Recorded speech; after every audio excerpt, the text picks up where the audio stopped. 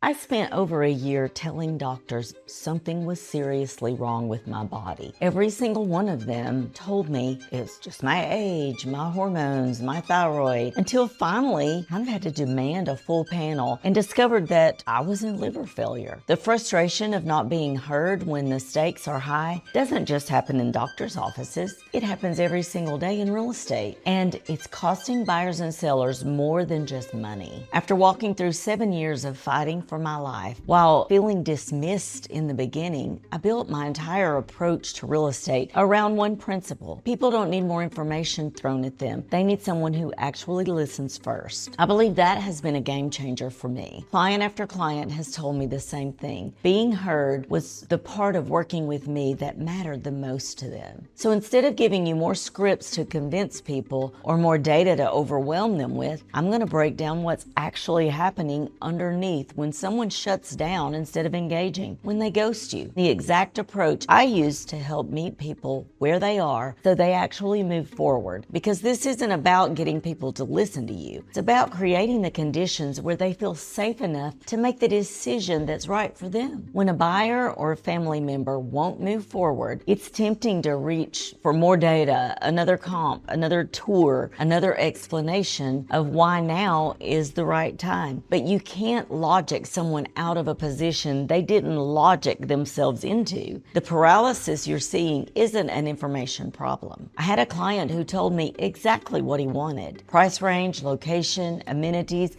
the whole list. I sent him everything that fit. Crickets. Sent more, still nothing. We'd been at this for months. Finally, I stopped sending listings. I said, I think this is fear. You're not stuck because you haven't found the right property. You're stuck because you're afraid of making a mistake you'll regret later. He admitted it immediately. Fear of the unknown, fear of buyer's remorse, fear that he'd close and then watch interest rates drop or values tank. We were under contract that month and closed the next. Not because I found him better properties. I hadn't, because I identified what was actually holding him back. When someone goes silent and says, I need to think about it for the 5th time, the instinct is to send more information, more comps, more market reports, more reasons why they should act now. Stacking more data on top of unresolved fear is like trying to build a house on quicksand. The foundation isn't stable. The fear is still there. Now they just have more things to overthink. Most people don't even realize fear is the blocker. They think they're being rational. They think they need more time to analyze. What they actually need is someone to say the quiet part out loud so they can stop pretending the paralysis is logical. If you're working with someone who won't move forward, pause on sending more listings. Pause on trying to convince them with logic. Identify and name what you're actually seeing. I think this might be fear. And are you afraid of making a move you'll regret? Let them admit it. Let them say it out loud. Once fear is named, it loses half its power right then. Once they know you see it too, they stop performing certainty and start telling you what is really going on. But the moment that creates the most predictable breakthrough, the reason they keep asking for more time, more showings, more information, is the one where you finally give them the one thing they needed first: to feel understood. It's easy to know how to run comps, pull listings, explain interest rate math, and walk someone through the buying or selling process. But if all that's happening is information delivery, people start to feel like a transaction. When I was going from doctor to doctor for over a year, every single one had the medical knowledge to help me. They could run the tests, they could read the blood work, they had the information. But I didn't feel like I was actually being heard. I said fatigue and heard, you're 45. I said pain and heard, it's your hormones or your thyroid. I felt completely unseen. I knew something was very wrong, and I was very right. I knew my body. That's the exact feeling buyers and sellers face when they share what they want, and the next thing that happens is listings and comps arrive without anyone ever repeating back what they heard or asking why those criteria matter. When someone tells you what they're looking for and the next move is straight to solutions, sending listings, sending properties, running numbers, the most important step gets skipped: making them feel heard. People stop engaging when they don't feel heard. They go quiet. They say, I'll think about it, or send me what you find, and they go quiet. Because deep down, they're not sure yet that you understand what they need. When they do finally move forward, it's because someone made them feel seen first. That's the thing that earns trust, more than inventory or market knowledge ever will. Before you send a single listing or comp, repeat back what they told you, word for word if possible. So you're looking for a 3-2 in this price range and in this area because, and repeat their why to them. If their criteria is unrealistic, don't just quietly pivot to something else. Acknowledge it first. There are only 2 properties that fit that exact criteria right now. Here they are. But if we adjust one variable, here's what else opens up. Same vibe, same feel, but more options. Let them decide. Let them know you heard them. Let them know their preferences matter, even when the market doesn't have exactly what they want. That's what shifts the dynamic from here's the product to here's your partner in creating the life you love. The pattern is people tune out when information keeps coming without acknowledgement. The moment that changes everything is the one where they feel understood before they're handed a solution. You've seen this before. A buyer or seller gets all the information they asked for. The numbers make sense, the property checks the boxes, and then they freeze. They say they need more time. They want to see more options. They're not ready to move forward yet. But more time doesn't solve the real problem. The real problem is that they're terrified of making a decision they'll regret. There's a specific kind of paralysis that shows up when someone has all the facts they need and still won't pull the trigger. They keep asking for one more showing, one more comparable sell, one more week to think about it. It's not that they don't have enough information. They're running a mental simulation in the background. What if I buy this and interest rates drop next month? What if I sell now and the market goes up? What if I make this move and later realize I should have waited? That simulation never resolves on its own. It just loops. More data doesn't stop the loop. It feeds it because now they have more variables to second guess. Fear of regret is almost always about social comparison. They're not afraid of the decision itself. They're afraid of feeling foolish when they tell people what they did. I bought at 7% interest, then rates dropped to 5%. I sold and then the market went up another 10%. I invested in Orange Beach and then I saw a better deal in Gulf Shores. That fear doesn't go away with better comps or more market reports. It goes away when someone says out loud, "You're afraid of making a move and later regretting it." That's normal.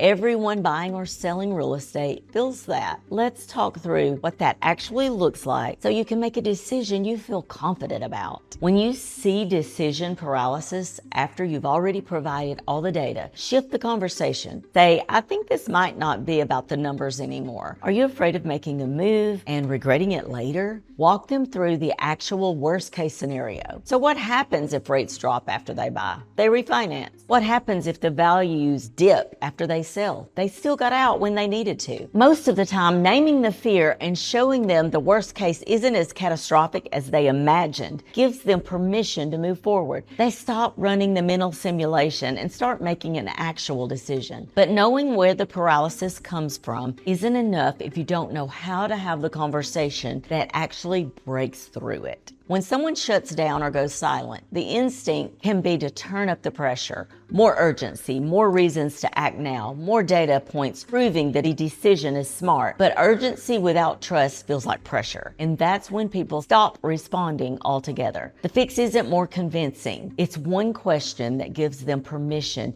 to tell you the truth. Instead of trying to convince them, ask them what's actually holding them back. I've had this exact conversation more than once. A client has all the information, the property fits, the numbers work, and they still won't move. So I stop and I say, "We've looked at all the data, you've seen the property, the numbers make sense.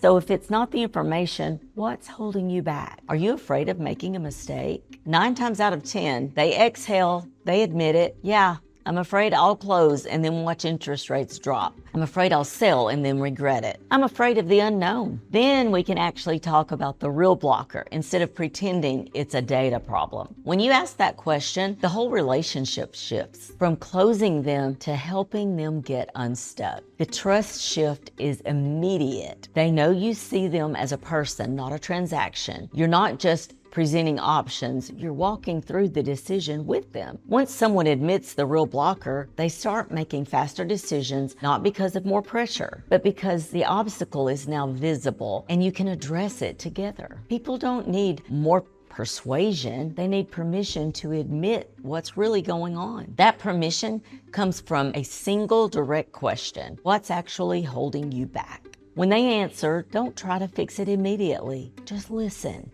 Repeat it back. That makes sense. Let's talk through what that actually looks like. That shift from closing to helping them process is what turns stuck prospects into clients who close and then refer you to everyone they know. Knowing every listing, every sold comp, every interest rate scenario matters. The moments that change a transaction happen when the conversation is treated like a meaningful life moment instead of a checklist. When I built my approach to real estate after walking through years of feeling unheard, I made one decision. I would never make a client feel the way I felt in those appointments. When someone tells me what they want, I don't immediately jump to solutions. I repeat it back. I ask why those criteria matter. I let them know I hear them before I start sending listings. When their criteria doesn't match reality, I don't just quietly pivot to something else. I say, there are only 2 properties that fit that exact ask. Here they are, but if we adjust one thing, here's what else opens up. And here's why I think it might actually be a better fit for you. I give them options. I let them decide.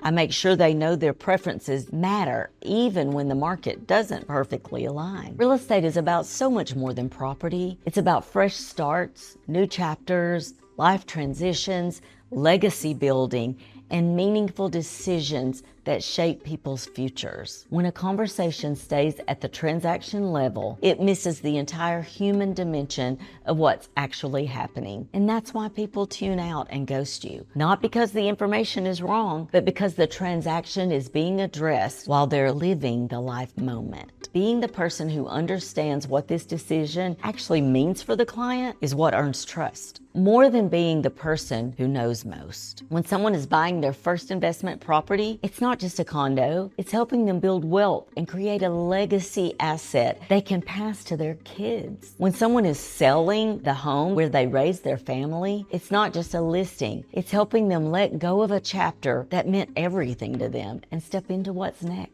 When you see it that way, the entire conversation changes. Showing up as someone who actually gets it is what makes people stop tuning out and start trusting completely. If you want people to actually listen and move forward instead of shutting down, ghosting you, or going quiet, you need a framework that puts empathy before information. Solutions don't land when someone doesn't feel heard first. Here's the exact approach I use every single time, and it's the reason client after client tells me the same thing. Being heard was the part that mattered most. The framework is simple. Repeat what they told you, acknowledge their criteria, even if it's unrealistic. Give them options. Let them decide. Step 1, repeat back what they said word for word. So you're looking for a 3-2 in Orange Beach under $500K with short-term rental income potential and low HOA fees. Let them hear their own words from you. It signals, I'm listening. Step 2, acknowledge their criteria.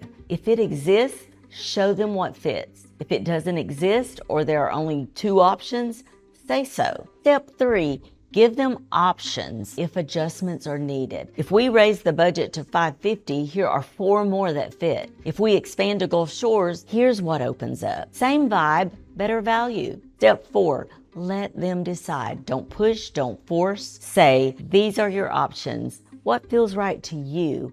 And then listen again. When you use this framework consistently, people stop feeling like they're being sold to. They start feeling like you're on their team, and you really are. They refer you because the experience of being heard is so rare that when someone finally encounters it, they tell everyone. Work with Marcia, she actually listens. Those referrals come in pre-sold. They've already been told you're different. They trust you before the first conversation. That's what happens when you show up as someone who truly sees people in meaningful life moments. Use this framework before you send a single listing or pull a single comp. Repeat back what they told you word for word. If their criteria doesn't match reality, acknowledge it first. Here's what fits your exact ask, and here's what opens up if we adjust one variable. Give them options, let them decide. Watch what happens when someone finally feels heard. That's when they stop shutting down and start moving forward. Not because you convinced them, but because you made them feel safe enough to make the decision that's right for them. If this video resonated with you, don't forget to subscribe so you never miss strategies that actually move buyers forward. I'd also love for you to connect with me on social media. Links are in the description where I share extra tips, real life client stories, and behind the scenes insights that don't make it to the videos. If you've got questions or want to dive deeper, drop me a message. I read every comment and DM, and I'm here to help you turn hesitation into action. Remember, it's not about sending more listings. It's about making people feel heard. See you in the next video.